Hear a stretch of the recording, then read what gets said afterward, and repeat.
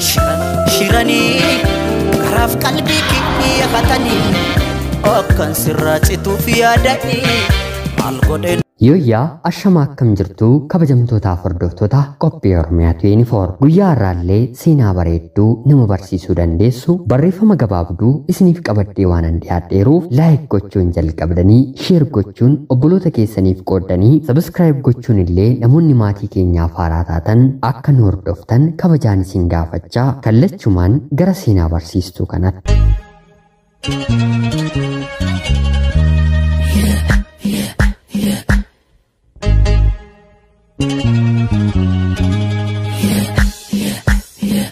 Namtichatu simbirroo baay'ee babbareedduu taate tokko harka isaa keessatti macaleeksee ajjeesuudhaaf qophaa'e. Du'a ishee duratti garuu kan ajjeesan yoo qaqqabanii fi otoon du'iin dura wanta dubbatatti yoo qabaatte jedhanii waan gaafatamuuf akkanuma namtichi kun simbirroo kanaan du'uu kee dura wanta dubbatachuu qabdu yoo qabaatte tokko yookiin immoo lama dubbatadhu siif hin eeyyamaa jedhanii gaafataani. Yeroo kanatti simbirroon kun hadaraa kee nan ajjeesiinii otoo ati nan ajjeesiin dura gorsa sadii baay'ee barbaachisoo ta'an siifan kennaa jettee ni gaafatti. Yeroo kana namtichi kun tole dubbadhu gorsi naaf kennitu maalii jedhee yeroo gaafatu gorsinni duraa harka kee keessa wanta jiru hin gadhiisinii kan jedhudha.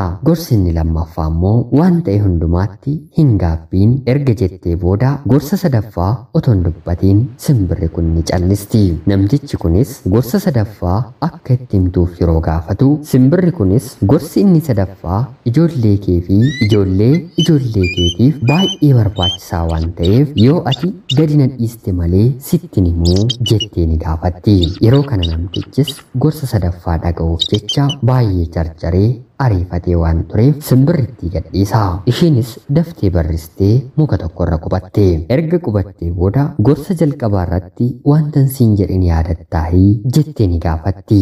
Innis wanta harka kee keessa jiru hin gadhiisinnaan jettee jedhee isheetti dubbata. Ammas simbirrittiin inni lammaffaa maalii jettee ni gaafatti. Waa'ee wanta darbe mara hin gaabbiinii naan jettee jedhee deebisaafi. Yeroo kanatti simbirrittiin eeyyeen sirriitti dhaggeeffatteettaa haa ta'u malee garuu waanan sitti hime hin fudhannee otuu nan gadhiisne ta'ee garaa koo keessa kan jiru dhala keef kan ta'u warqee argatta ture kanumaa ni jettiini. Namichi gowwaan kun inni sadaffaa'oo isa kamii jedhee yeroo gaafatuun simbirroonis deebistee inni sadaffaa gorsa isa lammaffaa irra deebiidha. Waan dhabde tokkoon hin gaabbiin kanumaa nagaan taa'ii gorsa koo waan hin fudhatiniif hiyyummaatti jiraattaa jettee biraani deemti. Har'a waa dhaga'uun waan baratan gaafatamanii deebii kennuutti kan beekan garuu gochatti kan hin jijjiirre dhaloota hedduutu jira. Garuu dhugaan jirtu hedduu keenya bira qalbeeffannaan hin jiru. Waan tokko ni dhageenya yeroo gorfamnus tole jenna. Haa ta'utii garuu gochaatti jijjiiruun hedduu keenya biraa ni hafa.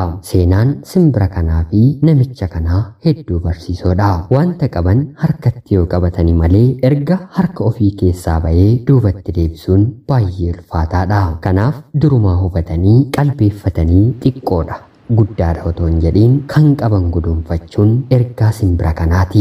Yoo dhaban immoo waan ta'e hundumaatti gaabbuu dhabuun waan darbeera jedhanii kan boriif of qopheessuun afshaalomuudha jetti. Egaan kabajamtootaaf hordoftoota qophii Oromiyaatu Yuunifoor seenaa kanarraallee akka barattan homaa shakkii tokkollee hin qabu. Laayikii fi sheer yoo gootan seenaawwan gaggabaaboo akka kanaa anis qopheessee dhiyeessuu hin dhiisu. Qophii gara biraatiin hanga walitti deebinutti bakka jirtan maraan turtii gaarii.